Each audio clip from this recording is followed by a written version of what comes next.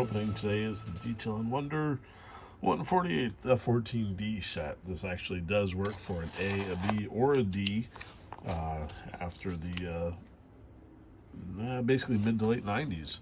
So we can talk more about that later, and I think we do talk about that and some other stuff, but the idea is basically that these hubs right here, these are the differences, and it's not an A, B, D specific thing.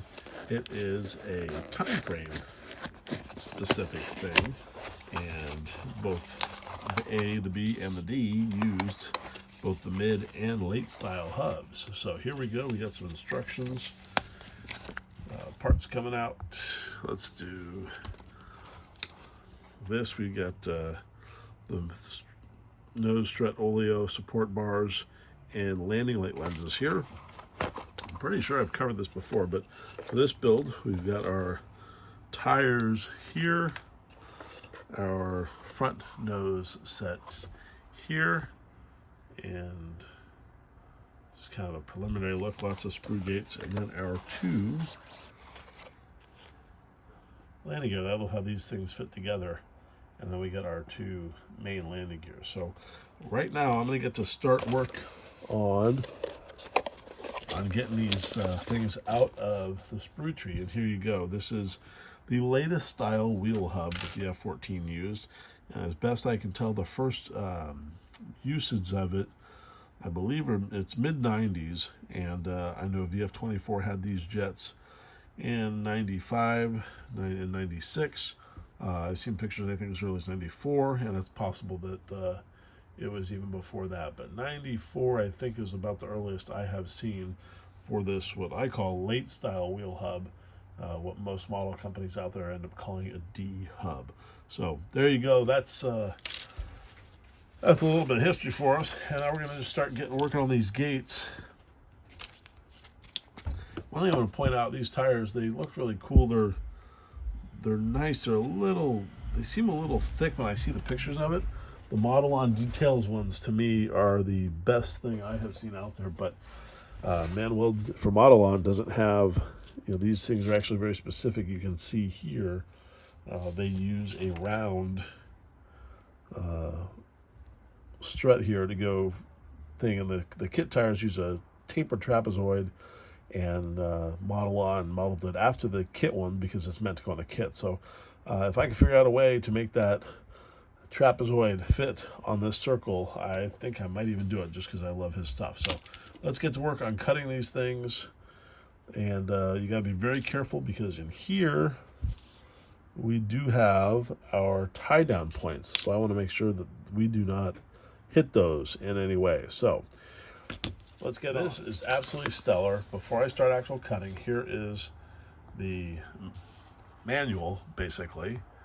And the idea here is they have gone to great lengths to show you, in order, in excruciating detail, where to cut things and what order to cut them in. So, if I can follow these details and these directions, I think we may have some success. So let's get on that. Okay, step one, it says cut off the upper part of the protection cage first. So this is actually, it's starting with the nose gear, so let's make sure we have the right parts. That is the top. It is aligned that way in the manual. And they basically say, hey, go ahead and cut all these big chunks off first. I am doing this as carefully as I can to make sure I only cut off this. I'm not putting the nippers in very far at all. See this even closer. Just cutting that one specific piece. And there it is, folks. That comes right off, and that goes in the garbage. And what we are left with is these parts right here. So step two says cut them all off.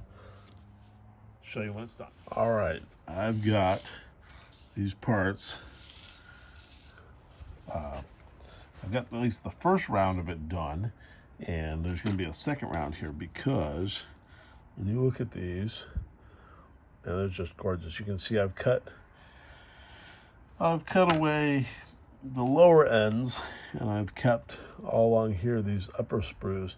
One of the reasons is well, I just think it's easier. I think if you start cutting on the part, the chance of splintering is greater. Also, all these things have, there's all these wires and tubes and type of things here, and if you start cutting those things without getting close to them, you can easily cut, instead of cutting the sprue gates like this, you can start cutting the actual wires and stuff like that. So that's why I have some cleanup work to do, which is just fine.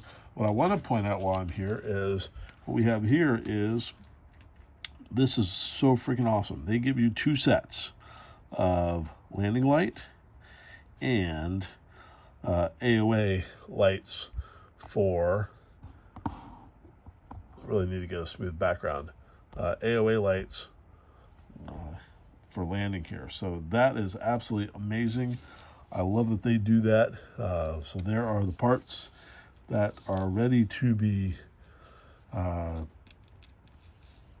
little bit more closer work on. So I'm going to do that. And then this part here, just like the kit part, will have to go into the landing gear.